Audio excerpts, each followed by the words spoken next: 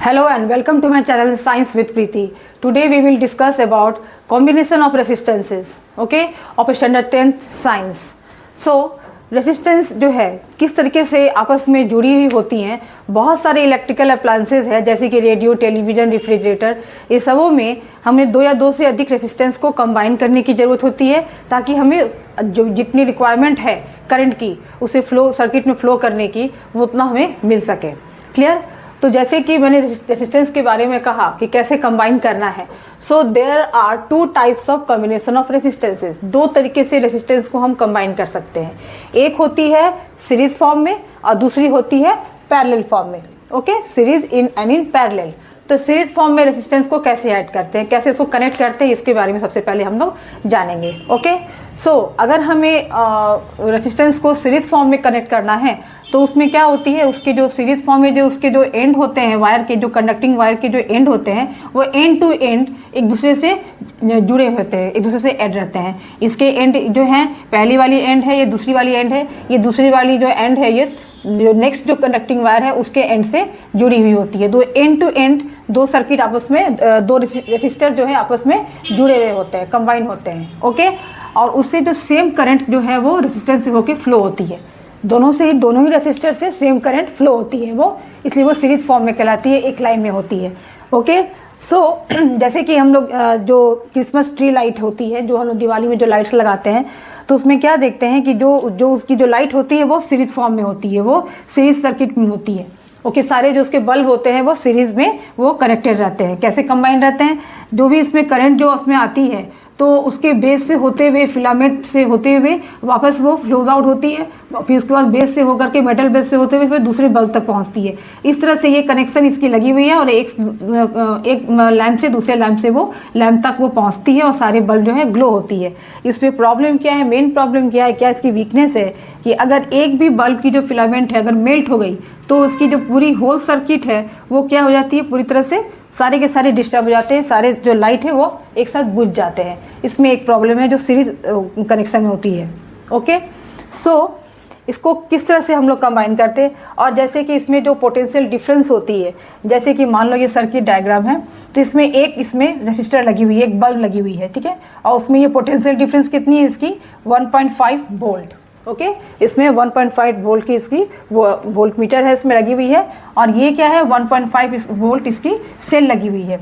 ये volt meter में 1.5 volt इसकी आ रही है और ये जो सेल हमने लगाया है वो भी 1.5 वोल्ट की है, और इसमें करंट इसमें फ्लो हो रही है, सेम करंट फ्लो होती है।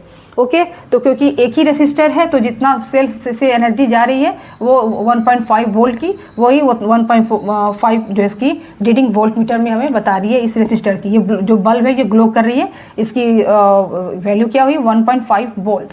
ओके, लेकिन अगर हम दो रेसिस्टर यूज़ करेंगे, सीरीज में देख रहे हो जैसे कि एंड टू एंड लगी हुई है, दो रेसिस्टर यूज़ करेंगे तो ये जो 1.5 वोल्ट की जो सेल लगी हुई है वो अपनी जो इसकी जो पोटेंशियल डिफरेंस है, ये जितने ज़्यादा हम लोग इसमें डिवाइसेस यूज़ करेंगे वो दोनों के बीच में वो शेयर हो जाती है, वो इक्वली डिस्ट्रीब्यूट हो जाती है। ठीक है, तो जैसे ये 1.5 वोल्ट की जो सेल लगी है वो दो रेसिस्टर्स इसमें लगे हैं, दो बल्ब लगे हैं, तो दोनों क्या हो जाएंगे, वो 0.75 दोनों हाफ हाफ हो गए, दोनों आपस में इक्वली बढ़ जाते हैं। ठीक है, तो ये हो गई। तो जिस तरह से मैंने कहा कि अगर ये 1.5 वोल्ट की अगर सेल लगी हुई है और सिंगल इसमें रेसिस्टर है, एक ही बल्ब लगी हुई है, तो इसके बल्ब क्या होगी, ब्राइट होगी, बहुत ही तेज, उसकी लाइट जो रोशनी है बहुत ही तेज होगी, ब्राइट होगी। लेकिन अगर एक से ज़्यादा अगर इसमें बल्ब यूज़ करेंगे तो थोड़ी सी इसकी बल्ब की जो लाइट है, जो रोशनी है वो डिमर हो जाएगी। दो से अगर तीन लगाएंगे तो और भी ज़्यादा डिमर हो जाएगी। क्लियर? तो इस तरह से उसकी जो पोटेंशियल डिफरेंस है वो across the resistance, across the जितनी जिस रेसिस्टर्स है उसमें धीरे धीरे वो क्या होती है, उसकी कम होने लगती है, इक्वली बटने लगती है। ठीक है, तो उसकी एनर्जी लेस हो जाती है, इसलिए वो धीरे धीरे उसकी जो बल्ब की जो रोशनी वो भी कम होने लगती है सीरीज में। ओके, तो ये हो गई रेसिस्टेंस इन सीरीज।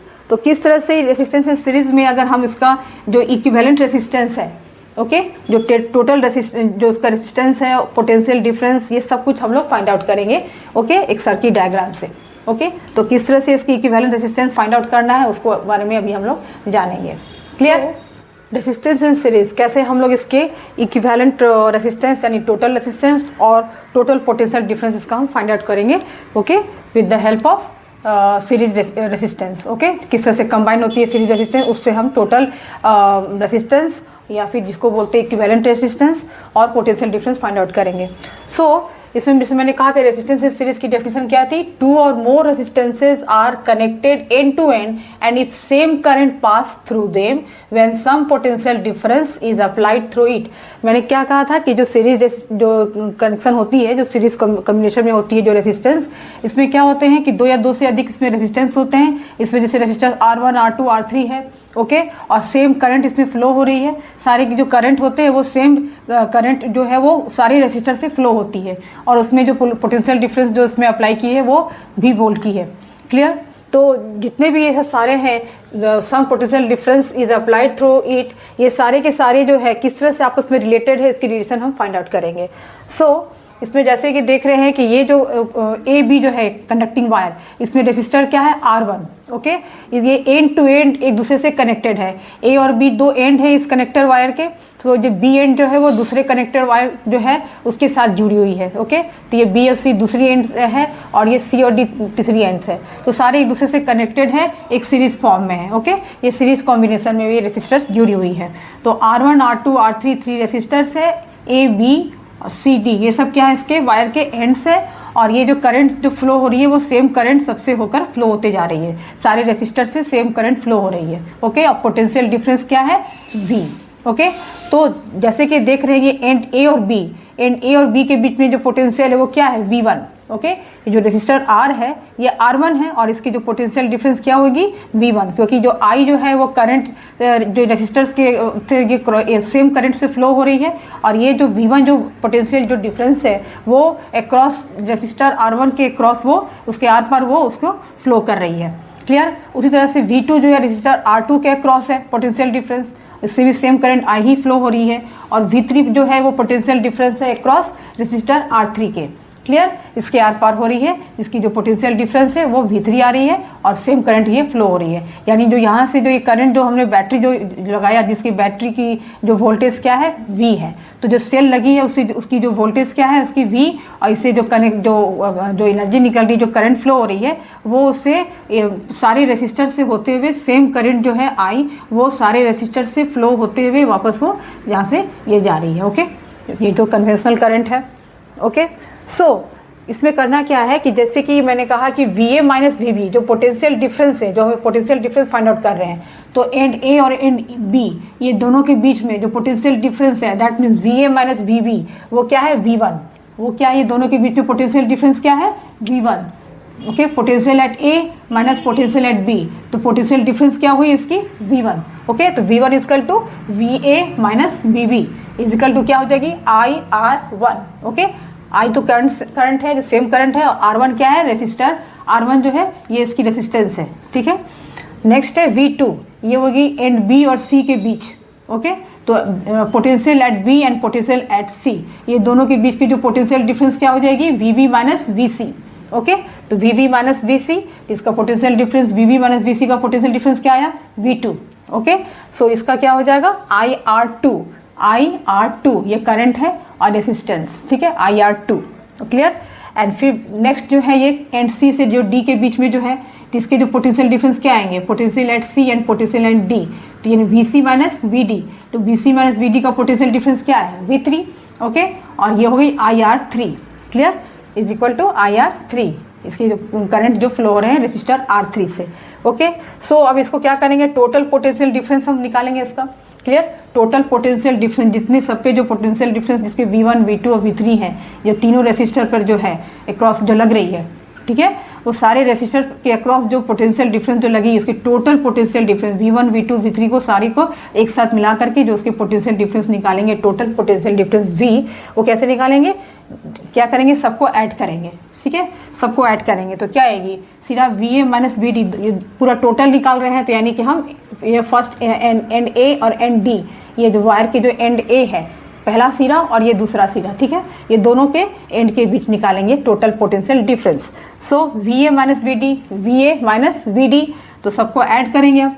तो जितने भी हमने इसको लिया था V1 V2 और V3 का, V1 V2 और V3 का जो हमने लिया था end to end potential difference, तो क्या हो जाएगी, VA माइनस वी डी का निकलेगा, कैसे निकलेगा, सबको ऐड करते हैं तो V A minus V B plus V B minus V C plus V C minus V D.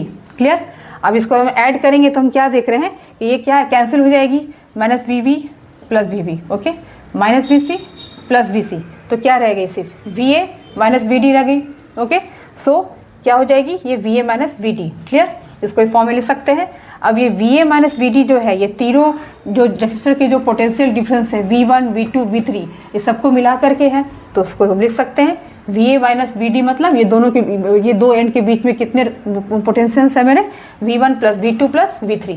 Okay, ये सारे जो पार्ट वाइज जो है, ये जो हमें V1 और V2 और V3 था सबको ऐड कर देंगे तो हो जाएगी V1 plus V2 plus V3, ये टोटल ये दोनों के बीच में। ठीक है, V1 plus V2 plus V3, तो इस तरह से निकालेंगे। वी सी दैट जितने भी जो पोटेंशियल है V1 V2 V3, okay, so the sum of all the potential differences, the sum of the all the potential differences across all the resistors is equal to the voltage of the applied battery।